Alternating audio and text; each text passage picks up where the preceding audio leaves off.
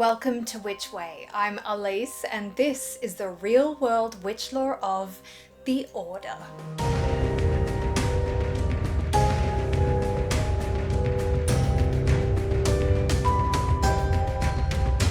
Released in 2019, this supernatural horror drama ran for 2 seasons and stars Jake Manley as Jack Morton, Sarah Gray as Alyssa Drake, Thomas Elmes as Hamish Duke, Adam DeMarco as Randall Carpio, Devery Jacobs as Lilith Bathory, Catherine Isabel as Vera Stone, Louisa Tronco as Gabriella Dupree, and Max Martini as Edward Coventry. Jack Morton is starting his scholarship at Belgrave University and has plans to join the secret magical society on campus, the Hermetic Order of the Blue Rose. He has ulterior motives in doing so, as his estranged father leads the group and Jack holds him responsible for his mother's death.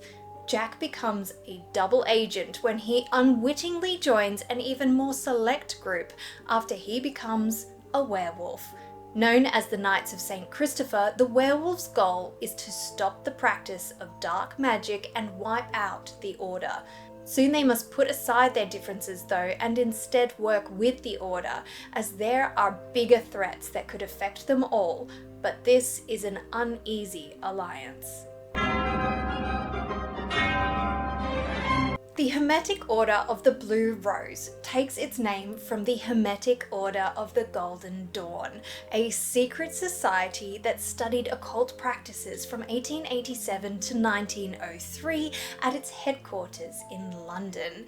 As the name suggests, they studied Hermeticism, a system based off the supposed teachings of Hermes Trismegistus, said to be the author of the Corpus Hermeticum, a collection of 17 writings which contains subjects such as astrology, alchemy, and of course, magic.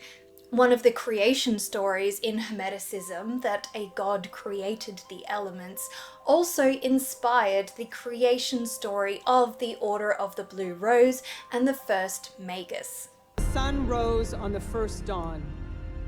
Magic rose with it and cleaved itself in 4, creating the elements. Fire appeared before the first human. She said, "Behold, worship me, and I will share my magic." Another group in this series must also have a similar creation story, known as the Esoteric Sons of Prometheus. And of course, in Greek mythology, Prometheus was known for taking fire from the gods and giving it to humans. So they share a very similar creation myth. This group is led by Xavier, who is portrayed by James Masters. He has been a witch before, as Tarkov in Witches of East End and as Don Stark in Supernatural. The Sons of Prometheus are connected by a hive mind, which they call the egregore. An egregore is a concept that a thought form or non-physical entity arises from a collective consciousness. In the religious text, the Book of Enoch, the term refers to angelic beings, and in the series, Jack has to study the rules of Enoch before meeting with the Sons. The Sons of Prometheus and the Order of the Blue Rose are opposing organizations, though they call a truce and meet up to try and trade for peace, and Vera, on behalf of the Order, offers the Sons a particular book. Stubbs' Guide to Transformation. It's literally everything you ever wanted to know about werewolves, but were too afraid to ask. She should know. The actress who portrayed Vera has been a werewolf herself in Ginger Snaps, so go and check it out. It's amazing. Not witch related, I know, but great all the same. Stubbs' Guide to Transformation, though, refers to the German farmer and apparent serial killer Peter Stump, or Stub, who was said to commit murders in the form of a werewolf. He was known as the Werewolf of Bedburg and was horribly executed in 1589 after being found guilty of the crimes of werewolfery, cannibalism, and witchcraft. this wasn't the only case of a werewolf witch trial. People were accused of using witchcraft to perform their transformation into wolves all across Europe. Stump was said to have done a deal with the devil for a belt that, when it was worn, would transform him into a wolf. Earlier in 1521 France, Pierre Burgot and Michel Verdun were burned at the stake after they confessed to making a bargain with men dressed in black. They received an ointment that, when applied, transformed them into wolves. This sounds similar to the ointment that was said to give witches the ability to fly. This ointment was also said to have been used by Gilles Garnier, who confessed to murdering and eating several children in the form of a wolf, and he was burned at the stake for lycanthropy and witchcraft in 1574. During the Amersfoort and Utrecht witch trials of 1591 to 1595, Vogt de Dirks, his daughter, and 3 sons were accused of witchcraft after they confessed to have been given the ability to turn into wolves by Satan himself. Vogt, his daughter, and 2 others who were said to be part of their werewolf pact were burned at the stake. These trials seem to be less about the fear of lycanthropy and more concerned with black magic and deals with the devil. Between 1527 and 1725, in 18 witch trials in Lavinia, several people apparently confessed that they were also able to transform into werewolves after being given wolf skins. This is similar to our werewolves in the series, who, after being chosen by a wolf hide, are able to transform into werewolves and use these abilities to sense, track down, and destroy evil magic practitioners. This too can be found in a werewolf witch trial. In 1692, 80-year-old Thies of Kaltenbrunn confessed to being a werewolf, but that he used this ability to travel to hell 3 times a year to fight witches and wizards to ensure a good harvest. Thies managed to escape execution. As mentioned, our werewolf soldiers are known as the Knights of St. Christopher. And together, we are the Knights of St. Christopher. Guys, I thought we were gonna say that together. They are named after the saint, who was a martyr from the 3rd or 4th century and was sometimes depicted with a dog head. This is thought to be due to a mistranslation of Canaanite to canine.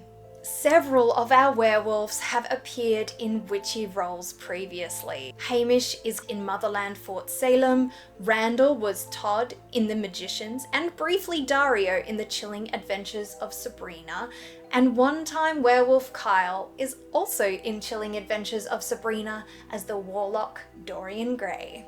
The knights not only use their werewolf abilities, but also decide to fight magic with magic.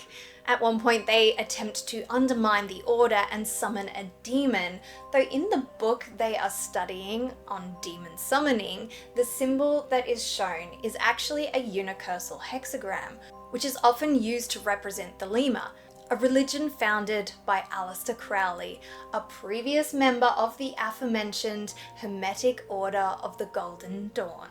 The knights summon the demon Zekia, and the order seems to have a problem with the demon Rogwan. Both of these seem to be fictional demons, though the symbols on their faces are very reminiscent of the sigils in the Lesser Key of Solomon, which has 72 sigils, each representing a different demon. And we see the sigil for the demon Sabnok in the series when Alyssa and Jack are investigating experimental magic. Alyssa and Jack are also tasked with retrieving the Necrophone for the Order, a device that can communicate with the dead. This is actually inspired by a real-world invention proposed by Thomas Edison, who claimed that he had a scientific device of his own creation that he claimed could be used to communicate with those who had left this earth.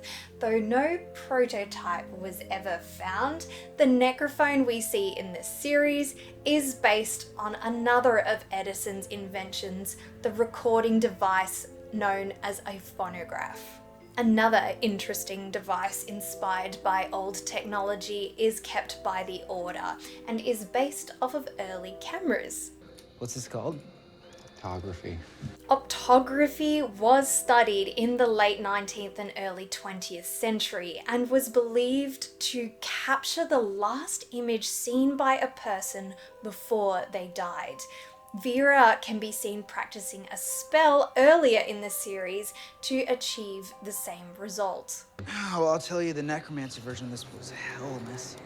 The Order keeps their magical items in their secret temple within the grounds of the university, where they also complete their magical rituals. The temple itself has several witchy paintings within. We see 3 paintings by Francesco Goya.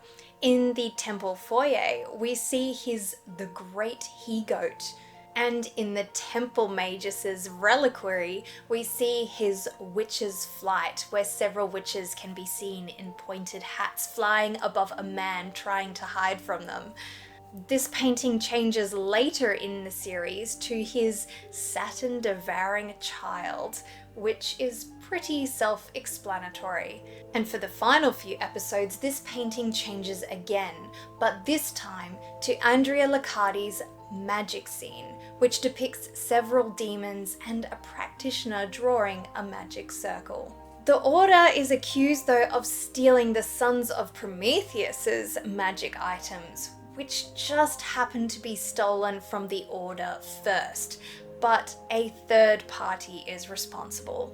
Praxis, a rogue magical group who believe magic should not only be for the select few, but for the masses, and they cite a couple of historical events and people who may have also believed the same. The Salem witch trials, Helen Duncan.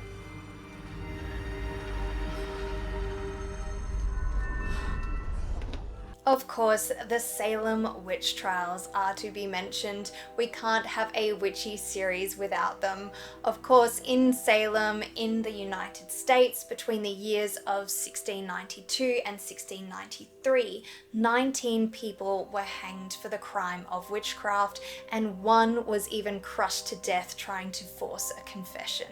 The other name though, Helen Duncan, isn't one I hear often.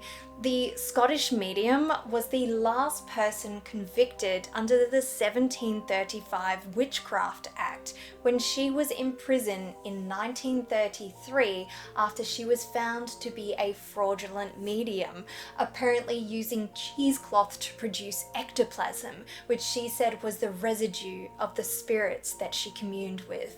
This series was a lot of fun to look into and doesn't take itself too seriously, combining humor and horror without seeming too campy, while of course incorporating elements of the occult.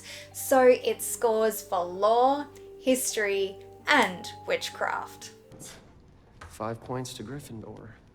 Those who are fans of the series The Magicians will find similar themes in this show. I, however, prefer The Order. Let me know what you thought of the series in the comments below and which witchy TV series or movies you are currently watching or would like to recommend for my upcoming witch lore reviews. If you like what I do here, you can support my channel by donating via the Super Thanks button, or you can complete your Witch Way ritual in liking this video, sharing it with anyone else you think might enjoy what I do here, or subscribing to my channel if you haven't already. And as always, thank you very much for watching here on Witch Way.